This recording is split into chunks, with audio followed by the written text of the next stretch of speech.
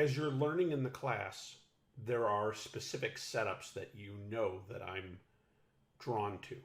Things that I do not talk about in the main chat room and that are only discussed on my private feed. And it's what we scan for, what we look for on a daily basis. All that we're working on is finding these special circumstances.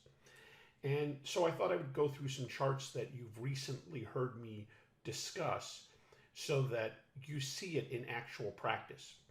I'll start out with AMD, which I did tell the main chat room it was holding support on a monthly basis and it was a bull flag. But as I teach you in the class, I could make a living on buying the bottom of bull flags. In other words, buying support in an incredibly bullish context and location. And so clearly you know why I took AMD down here at about 980 and then sold it and into earnings and then bought it back after earnings, and you can tell why. Just looking at this monthly chart, there's nothing more necessary. It is standard setup, bottom of bull flag. It's what I do. That's just one setup. Now I'm going to go through some others so you can understand why on others. And these aren't all stocks that I necessarily nailed. They're stuff we've worked on in the private feed and the rest. But you saw me discuss it in the main chat. And some people would think it's just a standard breakout. And that's what I explained it as in the main chat room. I said, it's just a standard breakout high volume. But the truth was that it gapped over this downtrend line within literally a few cents on the base that we have here on the daily chart. It literally opened and pulled back and held like right over the downtrend line. And I look at gapping over as kind of like the fight has already been completed. In other words, if we have to go fight through it to break out, we have to bust through that area and argue it throughout the day. When we gap over, even by 3, 5, 7, 10 pennies, we've already achieved. The battle is kind of over. We have beat the problem before it even starts. And so you know why now I took USAT, and we made some very good money on this stock. And if you've read the O'Neill book, you probably want to maybe even hold some as it moved up 20% very quickly. But I didn't. I scaled out yesterday and reduced the position to 0 because I have just too many names I'm trading right now. Doesn't mean it was the smartest decision. It just means, I just have too many. People wondered why I took AA. I think that is a perfect example of something you should look at. In the case of Alcoa, simple thing I taught you in the price action course, right shoulder failure. We bought it at $50 approximately, and we sold it as a target into right there, 57, somewhere around there. As it hit the high, it proceeded to gap down. You also know that I buy as 2Bs against a double top, flipping as support and the rest. And so you could even have bought it back at $50, and you're sitting at 54 now. And the stock is potentially going higher from here. But this stock is a right shoulder failure. So you know exactly why I made money on Alcoa. Right shoulder failure. Very important setup to me. Another example of a gap over, actually one I personally screwed up, was LW. I mentioned it in the main chat, but I didn't explain why. But the stock it gapped up over the highs, pulled back slightly into the gap area, and that screwed me up a little bit, which was a mistake, which I make mistakes still in trading. And it proceeded to be, it's over 10%, 12% or whatever it is since that point. And very easy, not a difficult trade, just my own mistake in the heat of the moment. But you understand the concept of it gapped over and held into the gap range, and it just kept going and trending. And there's no hurdles to the left. That's the nice part. Some people didn't understand why rig. but the stock broke a descending line. And what's important about that is the way this stock corrected. So the stock kind of corrected here, and there isn't much. Once it broke through this area at 1040, this whole fall was pretty significant and hard. So there's not much support and resistance built. The other reason I'm interested in RIG, and then I was looking at it, is this reason on the weekly. If we look, this is a right shoulder failure. So the target now for RIG is 1 penny over this high right here. So we're looking at a stock, we're looking somewhere around 1670, and we bought it at 1020. So an enormous gain potential on this stock. We're already up over 30%, and we've now got a chance to get up to 1670 on this stock. Next one, another example. Let's go to VRX. Everyone was so negative in the chat room. So negative. They were all worried that VRX, when it pulled back, was going to be a nightmare. But again, another right shoulder kind of setup. Left shoulder takes the right shoulder, even takes this if you call this the right shoulder, and pulls back into that area and holds support. And that's where I bought it, was right here. Actually, I used a right shoulder holding to buy it, and I'll show you the little spot. Actually bought it right here on the 30-minute on the pullback. I let them do the spike, the left shoulder, hold the right shoulder. See, left shoulder's here. It rallied up, it pulled back and held a right shoulder on this major gap support and this resistance as support. So I loaded here. Now we try to go. Where are we going for? The head. So our goal is 24.48. 1 penny over the head is generally the goal, and then you leave a runner potentially. I always still scale out 5 to 1, but you can see on this stock we're already nicely profitable on VRX. Here's another one, SSW. Why would I be long this horrible dog? Well, weekly, that's an M bottom. I showed in the class. 1, 2 peaks right here.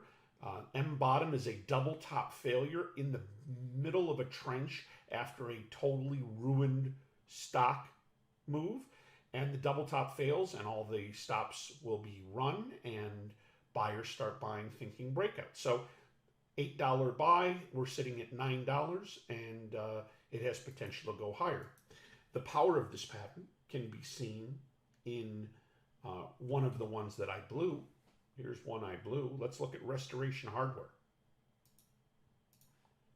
Take a look at the M bottom. It's right there.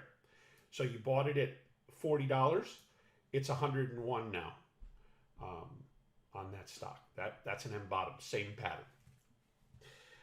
Next one, some people wondered, why was I so bullish on Sedge? And the answer on this one is just straight breakout behavior. This isn't one of my special, setups per se. But what it did do that was special on SEDG was it gapped up that day and it pulled back. And I wasn't going to take it.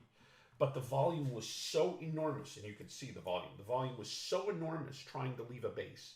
And solars had just been approved for California for all homes were required. And you can see why that was an entry, strictly as a breakout trade. You can actually see the gap going back here as it gapped up and then pulled back and then ripped out of that area with enormous volume. So this one was more of a breakout trade per se. Already explained. Here's an example of another gapper. This is one of the members from my feed sent me the chart afterwards, and I missed this one. But a perfect gap over highs, and you can see the stock literally gapped over the high, right over the high, the little white dot opened right there. And so you're buying approximately $40, and the stock that same day was up 20%. in one day, in one day. Another example of that behavior can be found in TTD. This is why I didn't say anything in the chat room, but TTD, we do this stuff. People take this stuff in my private feed. We just can't talk about it in the main chat. TTD gapped over the exact highs of the chart. Some people said, oh man, it's gapping 30% or whatever. I don't care if it's gapping 80, 100%. If it gaps to the right spot and I can buy it in that area, then this is a perfectly good trade. And you bought it at 67 and change, and it's trading 75 that same day. It's trading over 75. So a perfect example of using the tools.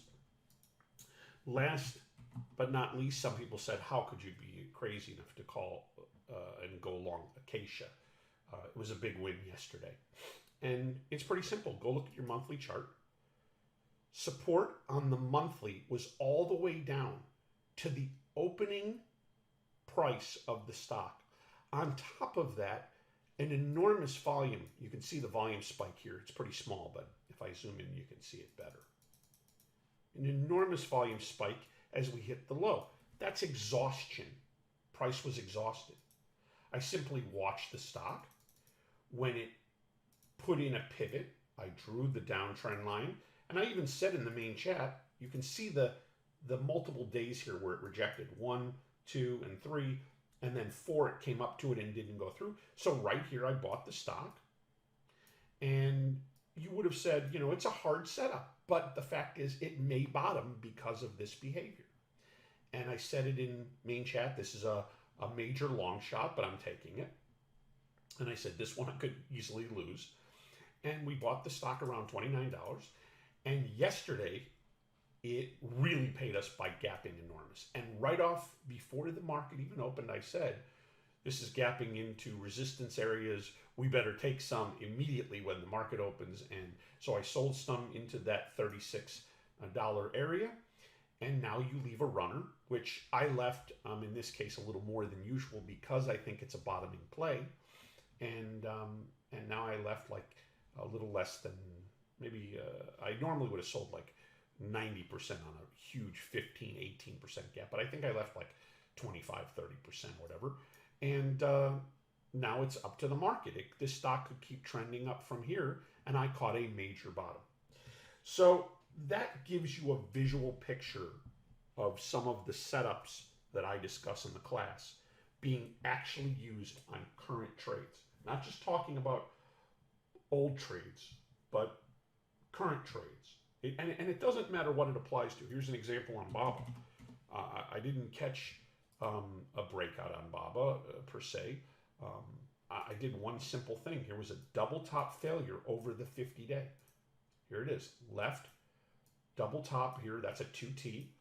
When it broke here on volume, I bought the stock as it broke the double top, because a double top means it's a failure. Everybody who has a stop over there is going to get stopped out soon. So there's going to be a buying frenzy. And buyers also think it's a breakout. So I bought that. And we're sitting here with runners up into 200 and waiting to see if we can break out, or I'll have to, take it off and cut my runners. But 5-to-1 easily on a setup like this.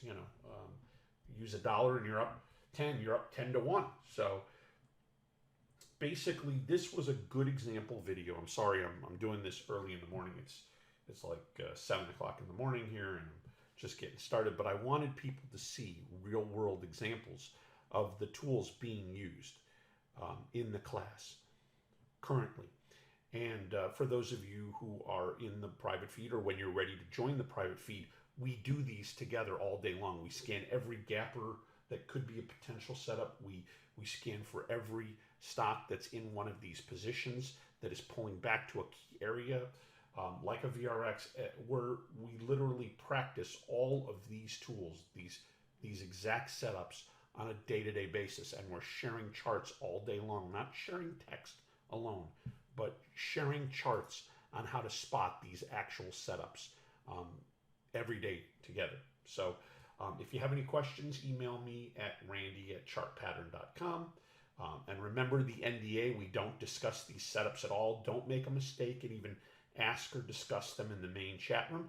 These simple tools, see, sometimes simplicity is the edge. Everyone else out there is making this so complex. And then suddenly I show you how one little minor gap can mean the difference between a problem and a problem solved. And so that's why we have to keep our mouth shut and do the consistent things that make sense. Simplicity works in many cases. So I wish you good trading, and if you have any questions, email me.